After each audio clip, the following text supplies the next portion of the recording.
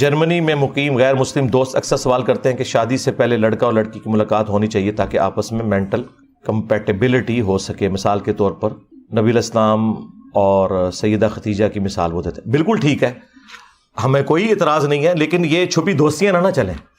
یہ تو نہیں ہے کہ ایک بندہ 100 لڑکیوں کے ساتھ انٹرویو والے معاملات ہی لے کے چل رہا ہے. ضرور کریں, لیکن جن چیزوں کے اوپر آپ نے رشتوں کو ریجیکٹ کرنا ہے پہلے وہ چیزیں کنفرم کر لیں.